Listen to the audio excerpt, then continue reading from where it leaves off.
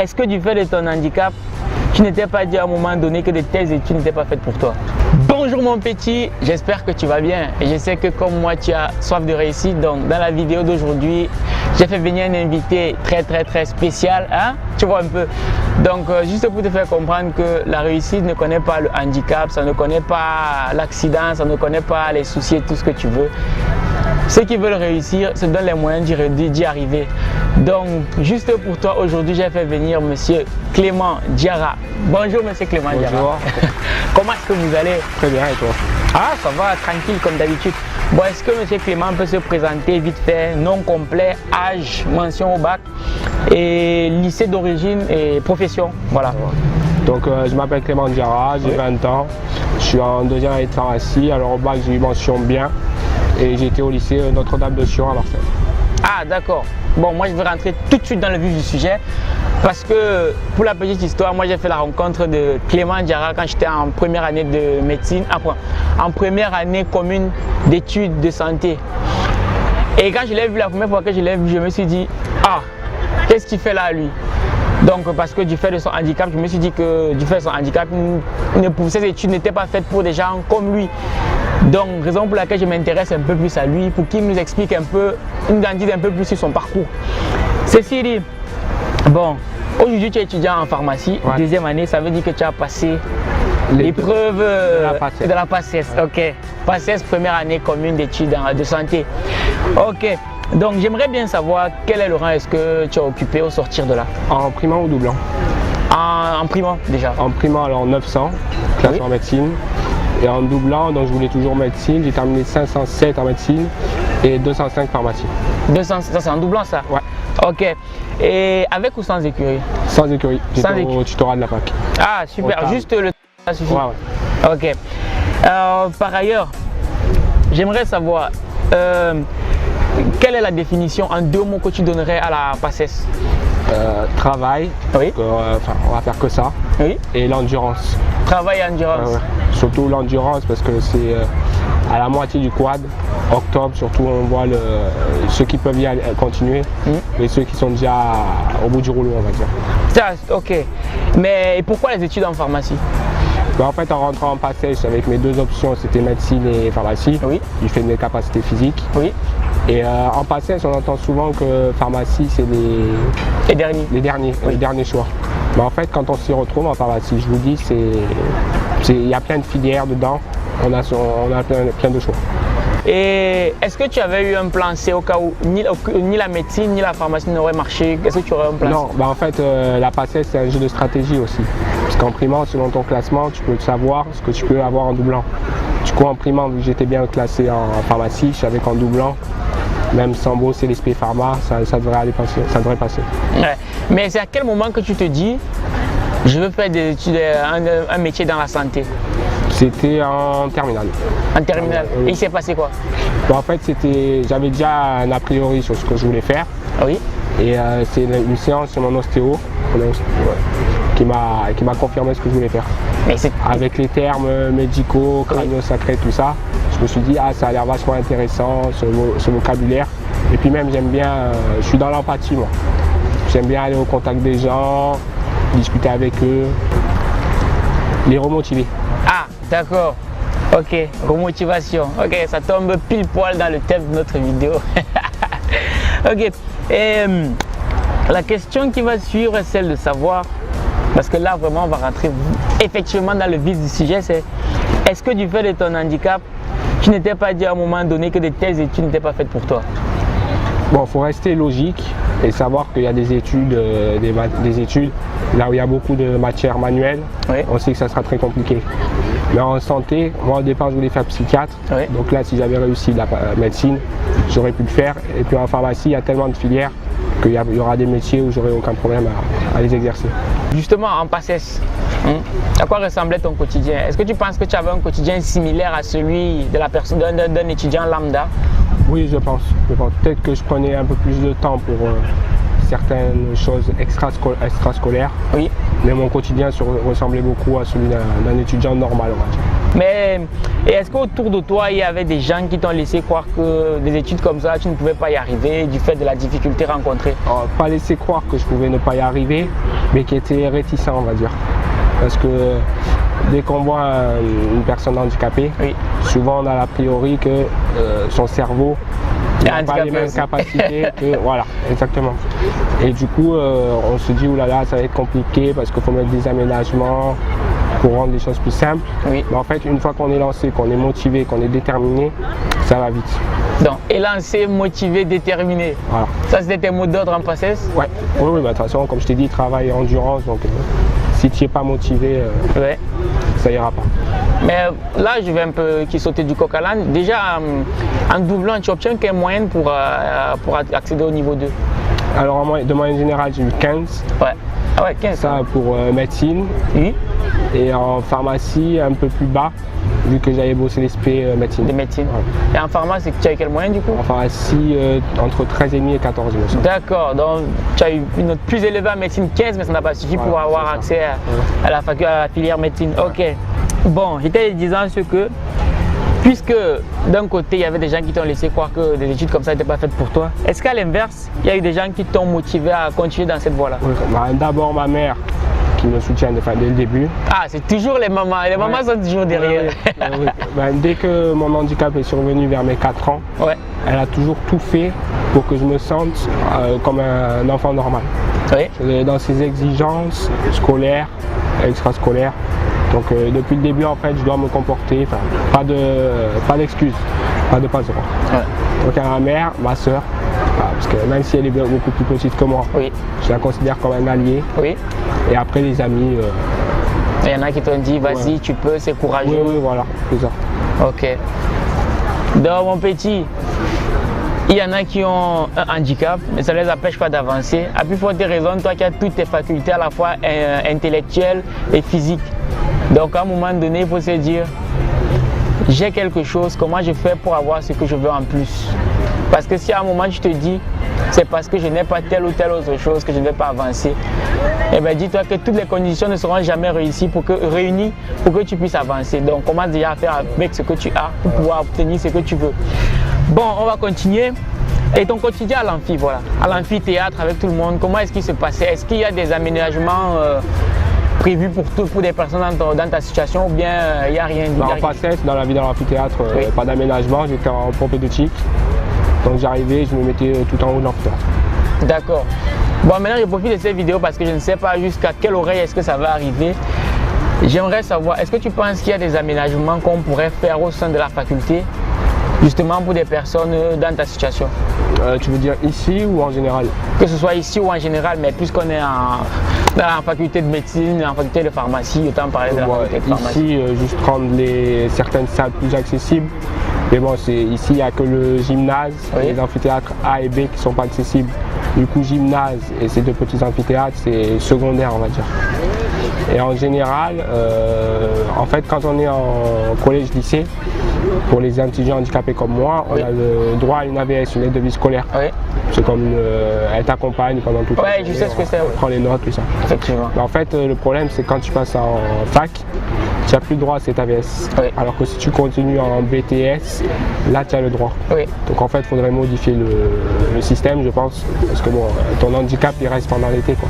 Et effectivement. C'est pas avec l'été à miracle. Mais au niveau de la prise de notes, est-ce que tu penses qu'il y a des aménagements qu'on pourrait aussi faire pour des personnes dans ta situation? Alors ça, c'est très bien fait à la fac de médecine ou de pharmacie. C'est qu'en fait, il y a un système d'aide à la prise de notes. Donc, il y a un étudiant qui est rendu responsable de prendre les notes pour tous les étudiants en situation de handicap, que ça soit moteur, surdité ou autre chose, pour qu'ils prennent les notes pour eux. D'accord. Bon, maintenant, à l'inverse, tout à l'heure, on a parlé de ce qui, selon toi, tu penses qu'on devrait améliorer. Mais est-ce qu'à l'inverse, on a des trucs il y a des facilités pour toi au niveau des infrastructures, en plus du système de prise de notes? Est-ce qu'il y a des choses que tu félicites? Est-ce qu'il y a des choses que l'administration a prévues pour les personnes dans ta situation que tu trouves correctes et, comment dire, et louables? Oui, dès le début de l'année, il y a une réunion pour savoir les aménagements que souhaite l'étudiant, qui sont nécessaires, et ils sont mis en place rapidement. Si la réunion c'est début septembre, et début octobre, tous les aménagements sont mis en place. Et même pour les examens, c'est prévu largement à l'avance. Donc de ce côté, il n'y a pas de problème. Ah, super alors. Revenons sur la PACES. quelle a été ta plus grosse crainte quand tu as engagé les études de médecine et de pharmacie et tout ce qui va avec? De ne pas réussir, de rien avoir. Ah ouais. Après, je pense que c'est comme tout le monde. Et bien, à ce moment-là, tu te dis quoi? Qu'est-ce que tu fais? Bah, ça, c'était avant la rentrée. Après, au fur et à mesure, vu que même si en primant, j'ai pas réussi, oui. Je voyais qu'au fur et à mesure, je m'en sortais de mieux en mieux. Donc là, on reprend de la confiance et les doutes, ils s'estompent peu à peu. Ah, d'accord. Mais donc, ça veut dire que pour reprendre cette confiance, il a fallu bosser beaucoup plus ou au même rythme qu'en primant, je sais pas? Non, en doublant, on sait que c'est sa dernière chance. Oui. Donc, on aménage, on a un peu plus de stress, vu que c'est la dernière chance, comme je l'ai dit.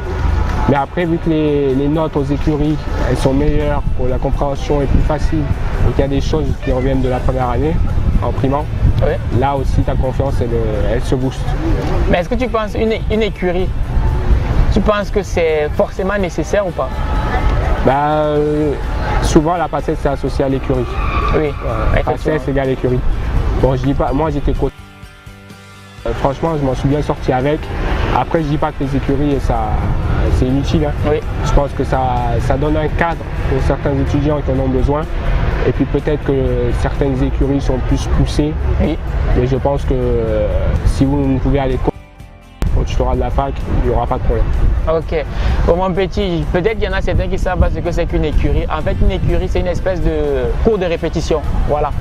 Est-ce que tu aurais un regret? Un regret? Par rapport à tes 2 années de PACES. Peut-être de ne m'être pas fait assez confiance pendant certaines périodes de l'année. Oui. Mais sinon, non. Mais et qu'est-ce que ton moi d'aujourd'hui, ton moi de maintenant, dirait à ton moi pendant tes 2 années de PACES ou même avant? Justement, d'entrer en PACES, ça c'est sûr. Oui. De ne pas écouter à la PACES, c'est difficile. Oui. Enfin, si c'est difficile, mais de ne pas se décourager avant d'y entrer. Et puis après, de toujours rester confiant en soi. D'accord. Bon, il y a une question qui me taraude tout le temps l'esprit quand je discute avec des gens qui réussissent à poser des actes, je vais dire que je félicite. C'est celle de savoir quelle a été ton astuce pour continuer de bosser même quand l'envie n'y était pas. Tu sais, quand on travaille très souvent, par moment, on a des périodes de mou. Oui, on n'a plus envie de rien faire. Pourtant, c'est justement là qu'il faut bosser. Mais ça a été quoi ton astuce pour continuer à te mettre au boulot? Alors, il y a deux phases. Quand vraiment on sature, ça m'est arrivé en primant. Là, pendant une semaine saturé, j'ai rien pu emmagasiner comme information. Là, il n'y a rien à faire, on va dire. Pour voir les cours, on est déjà à l'aise. Pas essayer de chercher les choses à comprendre où on sait qu'on a du mal. Après, quand on a des périodes de mou, il faut se dire qu'il y a un but. Au collège et au lycée, on travaille pour avoir des bonnes notes, tout ça. Mais à la fin, l'objectif, il n'est pas aussi clair qu'en PACES. Qu'en PACES, c'est pour ton métier, ta vie future. Donc ça, franchement, c'est ce qui m'a aidé. Ah d'accord, donc tu as gardé ton objectif en tête. Voilà. Ok, c'est super ça. Mais et là, c'est une question que je n'avais pas notée du tout, mais qui me vient à l'esprit comme ça. Quand toi, tu arrives, tes premiers jours en PACES, comment ça se passe? Déjà, il y a tout l'environnement qui change, parce qu'au collège et au lycée, on est par classe, de 30 à 40 élèves maximum. Là, c'est du chacun pour soi, chacun à sa place, ses notes, tout ça. Et puis après, on s'y fait vite. Puis moi, personnellement, je préfère la vie à l'université amphithéâtre que le cycle restreint du collège et du lycée où tout le monde connaît tout le monde. Ah d'accord, donc tu t'es trouvé à ta place un peu. C'est ça. Ah super. Donc maintenant, je t'avais prévu une petite surprise. Une petite surprise et je vais te la faire passer parce que il y a des amis qui voulaient te poser des questions. Du coup, je vais te les faire passer et tu pourras leur répondre en direct. Ça te va? Oui. Ok. Bon, salut Clément, je m'appelle Olivier, je suis en 3e année de médecine, du coup je voulais te poser une question. Comment tu fais pour suivre les cours en amphi en fauteuil roulant? Est-ce qu'il y a par exemple des emplacements aménagés ou pour monter les escaliers? Est-ce que c'est possible ou alors tu es vraiment obligé de te mettre en bas et de suivre le cours à côté du bureau du prof quoi? Et une seconde question, par rapport à ton handicap, tu comptes faire quoi comme spécialité à la fin de tes études?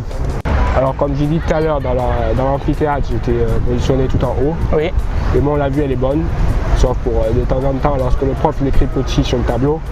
Et bon, avec les photos ça passe. Et après, j'avais les cours d'un ancien ami, Oui. un ami qui était en PACES. Du coup, ça me servait de base pour les cours. Donc, au départ, moi, je voulais faire un psychiatre, Oui. si j'avais réussi médecine. Et là, en pharmacie, j'hésite encore, mais j'aimerais bien me diriger dans la filière de la biologie médicale. Biologie médicale. Ok. Bon. J'espère que Monsieur Olivier, il a bien écouté. Monsieur Clément, il aimerait faire de la biologie médicale. Ok. Bon, il y a la deuxième question. Je te la passe de suite. Bonjour Clément, alors je m'appelle Audrey, je suis étudiante en 3e année de médecine. Alors, moi j'avais une question à te poser, c'était au vu de ton handicap, de ton parcours par rapport à ta propre santé, comment tu te projetais en tant que futur professionnel de santé? Voilà. Alors, au niveau de la profession, Ouais. ça sera un métier où je n'aurai pas de barrière concernant mes incapacités physiques. Oui. Et après, vu que au niveau mental, empathie envers les patients, tout ça, Oui. j'aime ça dans la vie de manière générale. Donc, c'est pour ça que les métiers de la santé me correspondent. D'accord. Super. Ben, tant mieux. Tu y es. Bon, maintenant j'ai deux questions. Ce sont les deux ultimes questions pour boucler l'interview. La première, c'est la suivante. Est-ce que tu aurais un mot de fin pour un futur bachelier qui compte entrer en PACES? Alors, si tu comptes rentrer en PACES, du coup, à l'été prochain. Oui, l'été prochain. N'écoute pas le mythe, la PACES c'est trop difficile. Tu verras quand tu y seras et ne te démotive pas. Tout le monde peut y arriver, j'en suis la preuve, donc ne te démotive pas. Ok. La deuxième question maintenant, ça serait le mot de qu'est-ce que tu dirais à un élève en état de handicap qui veut faire des études poussées, pas que la PACES, mais qui veut faire de manière générale. C'est rare qu'il y ait des étudiants en situation de handicap, mais bon, une fois qu'on a les capacités et qu'on a un bon entourage, tout est possible. Donc si on a la volonté, franchement, il faut y aller. Est-ce que tu penses que c'est important d'être bien entouré? Oui. Comme j'ai dit tout à l'heure, l'entourage c'est une grande partie. Je veux dire, quand moi c'était ma mère qui m'a toujours soutenu, donc il faut avoir un pilier sur lequel s'appuyer. Ah, bon mon petit, un pilier sur lequel s'appuyer. Bon après, c'est à toi de choisir tes amis parce que tu sais ce qu'on dit, les amis c'est la famille qu'on choisit. Donc ça c'est ta responsabilité parce que personne ne le fera à ta place. Sur ce, j'espère que cette interview t'aura permis de voir un peu plus clair sur les différentes facettes de la réussite. Mais toujours est-il dit qu'il est important d'être bien entouré, de travailler et de persévérer. Je crois que c'était ça tes mots clés, non? Travail, endurance et motivation. Voilà, travail, endurance et motivation. Donc mon petit, c'est sur ces mots qu'aujourd'hui je vais te laisser et j'espère que cette vidéo t'aura été utile. Donc mon petit, on est ensemble, on reste motivé pour la suite et Minakano.